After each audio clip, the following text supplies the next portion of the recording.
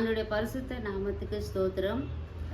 இது லென்டன் டேஸாக இருக்கிறதுனால நான் ஒரு சிறிய சிலுவை குறித்ததான ஒரு பாடலை பாடி அதன் பிறகு ஈசாக்கை குறித்து தியானிக்க போகிறோம்.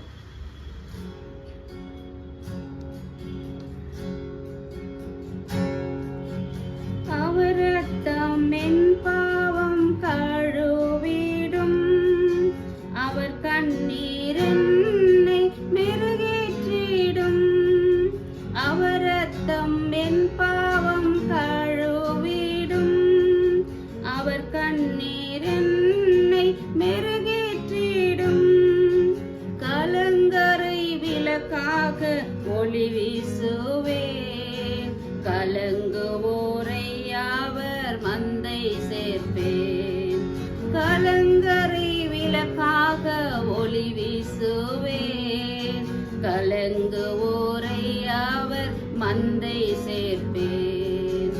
சிலுவை நாதர் இயேசுவின் பேரொளி வீசிடும் தூய கண்கள்.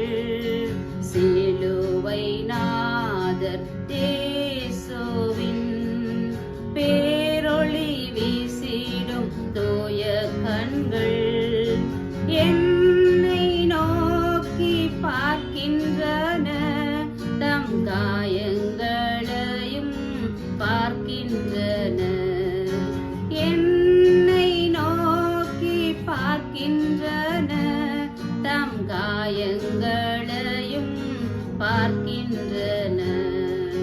சிலுவை நாதர் இயேசுவின். ஆதியாகமம் 16ஆம் அதிகாரத்திலிருந்து நாம் ஆபிரகாமை குறித்து நாம் பார்க்கிறோம். ஆபிரகாம் 100 வயதா இருந்த பொழுது சாராள் தன் குமாரனை பெற்றெடுக்கிறாள். அவனுக்கு ஈசாக் என்று பெயரிடுகிறார்கள். ஆபிரகாம் மிகவும் சௌந்தரியவானாய் இருந்தார்.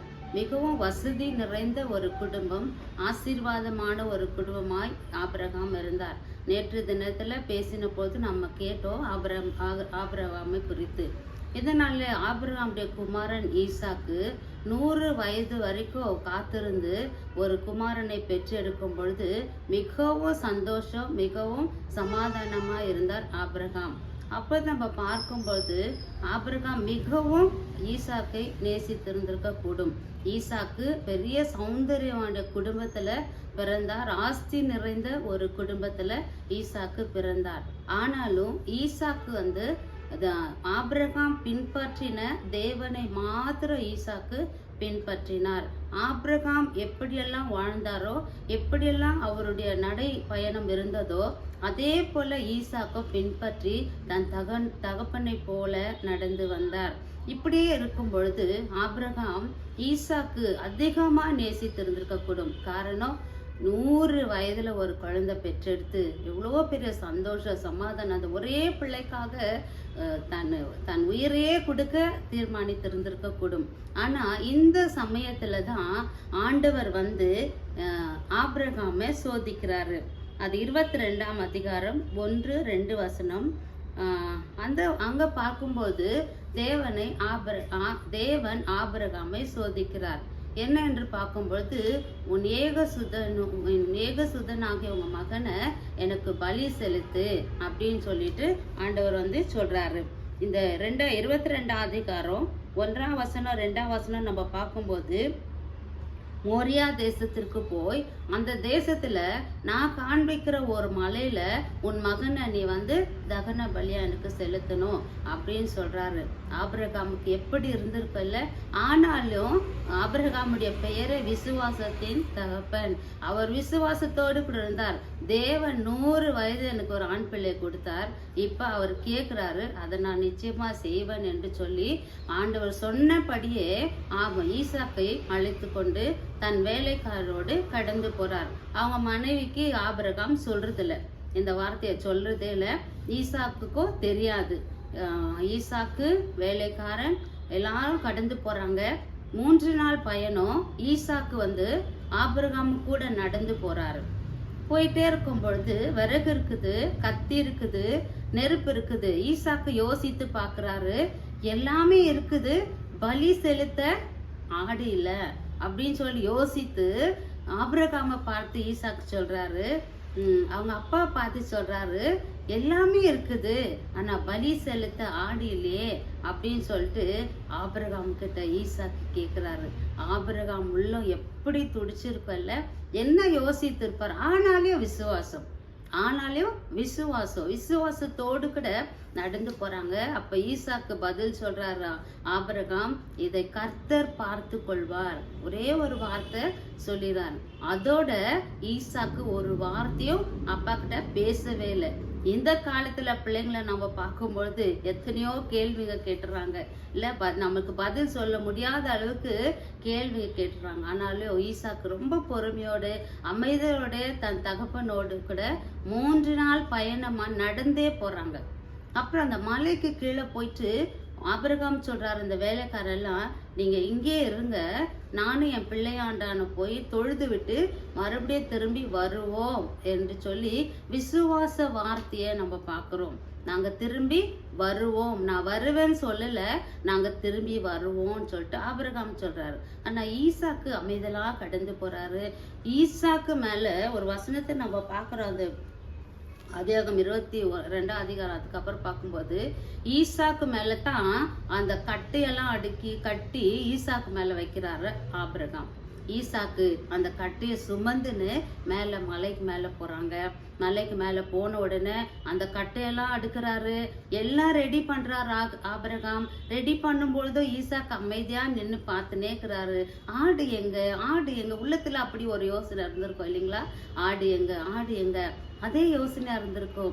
ஆனா ஆபிரகாமுக்கு வேற எண்ணம், ஈசாக்குக்கு வேற எண்ணம். இதுக்கு மத்தியில தேவன் கிரியை செய்து கொண்டிருக்கிறார். அப்ப பார்க்கும் பொழுது ஆபிரகாம் எல்லாத்தையும் ரெடி பண்ணிடுறாரு. அப்போ உடனே என்ன பண்றாரு, ஈசாக்க கயிறை போட்டு ஈசாக்க கட்டுறாரு. அப்போவும் அமைதியா இருக்கிறார் ஈசாக்கு.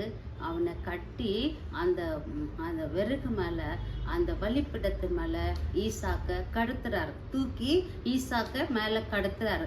அப்பவும் ஈசாக்கு ஒண்ணுமே சொல்லல.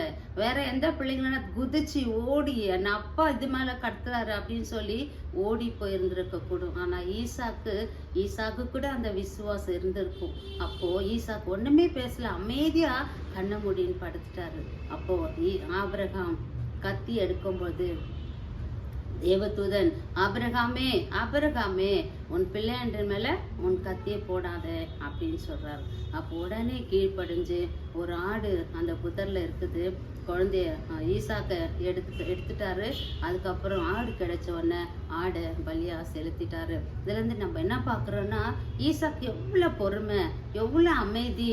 அப்பாவை நம்பி அப்பா நம்மளுக்கு எந்த கெடுதியும் செய்ய மாட்டாரு அப்படின்னு சொல்லி தகப்பன் தன் பிள்ளைகளுக்கு இறங்குது போல கர்த்தர் தமக்கு பயந்தவர்களுக்கு இறங்குறான்னு சொல்லி ஒரு வசனம் இருக்குது.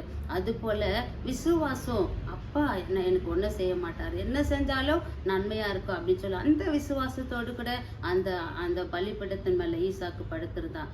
அதுக்கப்புறம் கீழே இறக்கி அதுக்கப்புறம் ஆடை பலி செலுத்திட்டு எல்லாம் 2 பேருமா கடந்து வராங்க. அப்ப கூட ஈசாக்கு என்ன செய்யறதில்ல, அப்பா கிட்ட ஒண்ணுமே கேட்கறதில்ல, எதுவுமே பேசுதில்ல. அப்பா என்ன பலி செலுத்த போனீங்களே அப்படின்னு சொல்லி ஒரு வார்த்தை கூட ஈசாக்கு ஆபிரகாம கேட்கவே இல்லை. அதுக்கப்புறம் பார்க்கும்போது வந்துடுறாங்க, கொஞ்சம் வளர்றாரு. அதுக்கப்புறம் அவங்க அம்மா இறந்து போறாங்க. ஈசாக்குடைய அம்மா இறந்து போறாங்க. சாரால் 127 வருஷம் உயிரோடு இருந்து அவங்க மறிச்சு போறாங்க. அதுக்கப்புறம் ஈசாக்குக்கு ஒரு பெண் தேட வேண்டும் சொல்லி ஆபிரகாம் வேலைக்காரனை அனுப்புறாரு. வேலைக்காரன் போய் எப்படி சொல்றாங்களோ அதே போல ஒரு மனைவியை தெரிஞ்செடுத்து கொண்டு வராங்க. ஈசாக்குக்கு 40 வயதா இருக்கும் பொழுது ரெபேக்காளை தன் மனைவியாக ஏற்றுக்கொள்கிறார். ரொம்ப பொறுமையோட காத்திருந்தாரு. நிச்சயமா கர்த்தர் என் வாழ்க்கையில அற்புதத்தை செய்வாருன்னு அப்பாவை நம்பி அதுக்கப்புறம் தேவனை நம்பி இருந்தாரு.